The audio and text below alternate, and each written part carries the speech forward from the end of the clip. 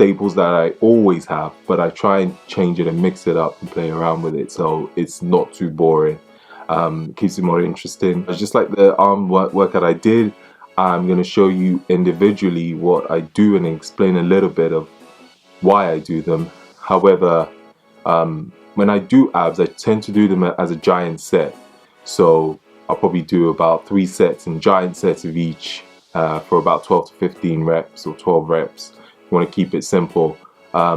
It's just to keep the intensity on training my abs. I always like to train them either before a session, so let's say before a bodybuilding session, or I make time to train them when I do my mobility workouts as well. If you're going to train your core and your abs, train them seriously. Train them as much as you would train your chest, your biceps. Put as much intensity into training your core as you do training every other body part. So prioritize them. Having a strong core, not just having abs, visible abs, but a strong core, which is all around the stomach, helps with overhead pressing, it helps with squats, helps with deadlifts. A lot of Olympic movements, we need a strong core. So let's get to the video and I'll explain to you my favorite workouts. So first workout, we are going to be doing the broom sweep. Now this is a classic that it's been around for a while. I do these to target my obliques. Now a lot of people tend to use weights to do obliques, so side crunches. I don't do that. I don't do anything that's weighted when it comes to oblique sessions. Every time I twist, either to the left or the right, take a deep breath in before you twist, and then out and squeeze your obliques hard you can every time you twist. So making sure that you're not just going through the motions, you are actually contracting the muscle, especially your obliques, every time you twist to the left or to the right. I usually tend to do about 3 sets of these and stick to about, I would say, 12, so alternating each side. The hanging leg raises is a pretty difficult one for a lot of people, but if you can get this right, it's great for developing your core. So keeping your legs straight, taking a deep breath in before you go up, before you take your legs up, and deep breath out. Now I like to take my legs all the way up, almost towards the bar. I can really work my core a lot more by taking my legs all the way up. Try not to swing too much, that's another rule. Too many people swing a lot on this workout, so try and keep it nice and controlled. Contract your lats because that would help you stay up.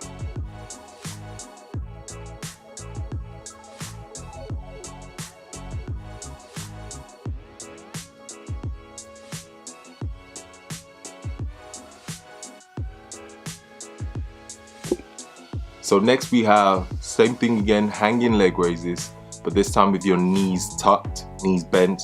Now this is slightly easier, a slightly easier version. Again, keeping it nice and controlled.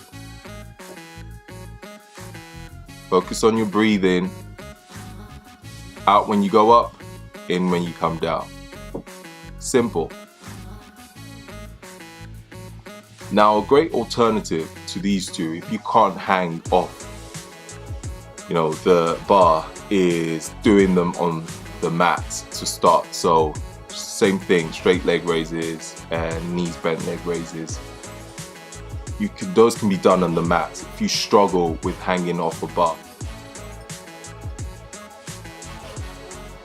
You have the barbell rollout. It is very similar to a stability ball rollout on your knees and the ab wheel rollout, but I like to use the barbell. So when you roll the bar all the way out, take a deep breath out, and when you roll the bar in, take a deep breath in. Now try and keep the eccentric phase, so when you roll out the bar, slow it down, again 2 to 3 seconds tempo. Nice and slow when you roll it out, and then in as quick as you can. So out nice and slow. With the rollouts, it really works your core, really targets your core. If you haven't done these before, try it. It is brutal. I would even sometimes take the tempo to a 5-second tempo when I'm going all the way down.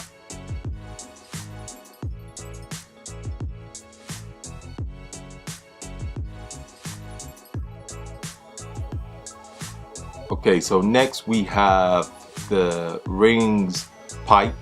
Now this one is again a difficult one, but it really is one of my favorites when it comes to working my core and my abs as well. It's a tricky movement to do. I'm using the rings, but you can use a stability ball as well to do these if you find it difficult to use the rings, or you can use a TRX rope. With this, again, tempo is key. So make sure when you go up, you breathe in, keep it nice and steady. When you go out, you breathe out, and then you come all the way out. So you want to try and make sure that your whole body is aligned in a straight line when you come back down. Again, nice and controlled, keeping the tempo again to about 2 to 3. I would also, with where I place my hands, I always try and make sure that I place them shoulder width apart. But these are amazing for your core. So if you haven't done these, try them. You can start with a stability ball, and then you can, progress up to using the rings.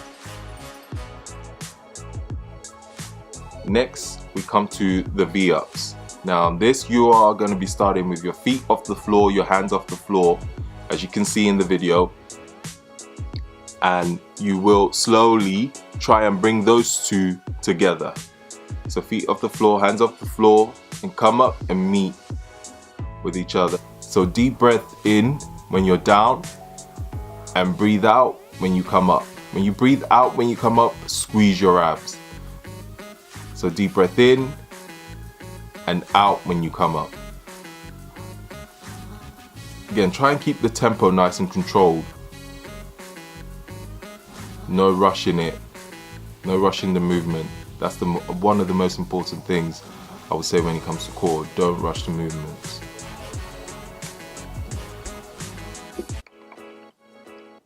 So the next one is a strange one. I actually don't know the name for it, so I just call it the V-up seesaw.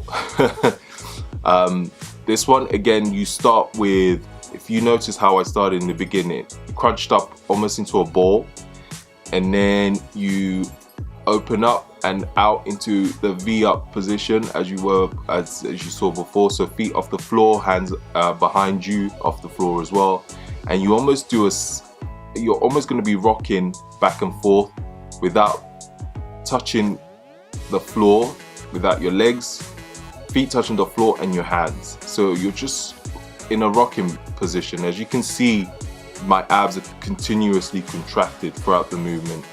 So you're almost trying to stay on your glutes and your lower back as you rock back and forth. Again, this one you have to be careful. It is quite difficult to get right. It's one that I'm actually still learning to really get right. But again, I dare you to do these and your abs will be sore, insanely sore. And these are great also for your lower back. So again, 12 to 15 reps.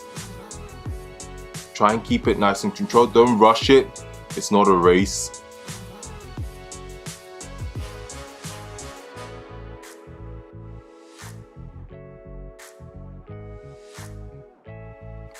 So next we have the Superman, which is a great core workout that I love doing.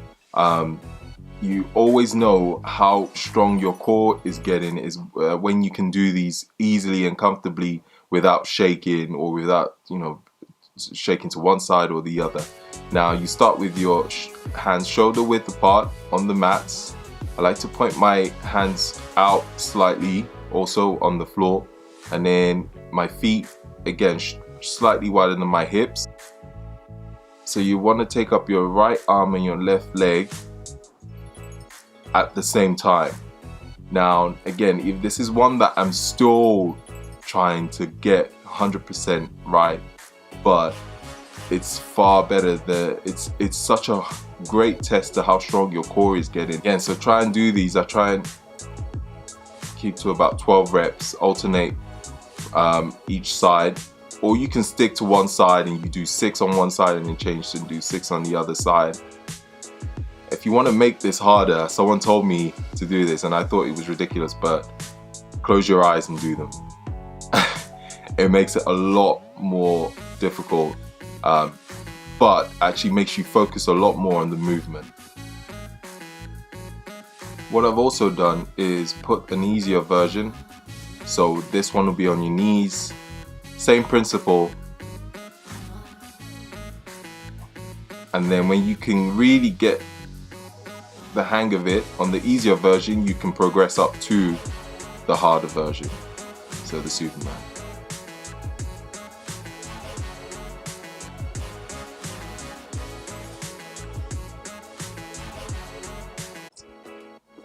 And next we have the ball slams. Now this one is another weird one that a lot of people don't think about doing, but it is another great core workout. Now you're not just slamming the ball without any thought, so there's a point to this workout. So before you slam the ball, when you take the ball up, take a deep breath in, and when you slam the ball down, you want to crunch down with your abs and then slam the ball. You should be crunching in before you slam that ball down. Your arms will be doing some work, but you're focusing on your core on this one. You can also do, if you can't slam the ball on the floor in your gym, get one of those boxes where you can jump, those plyo boxes, and slam the ball on that. It's the same effect. But yeah, and again, another 12 to 15 reps in these 3 sets. Really use your core when you slam the ball on the floor. Breathing is key again with this one. Take a deep breath in when you take your arms over your head. Breathe out and you slam the ball down onto the floor.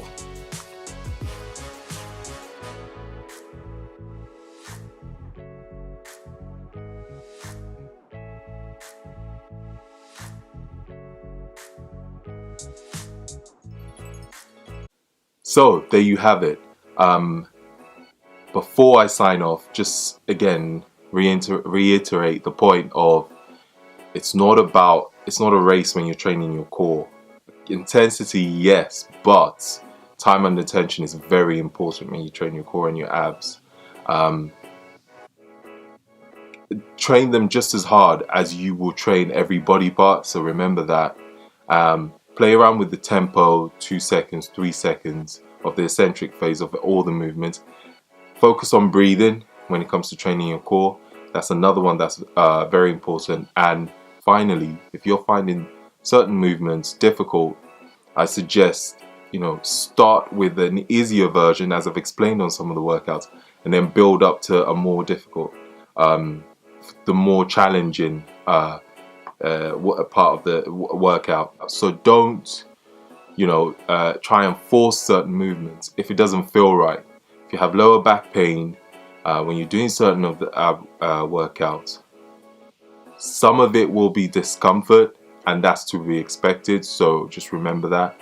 It just means you need to do more core workout actually to improve on your lower back, and maybe add some lower back work, some posterior chain work. So glute ham raises are great, and glute bridges.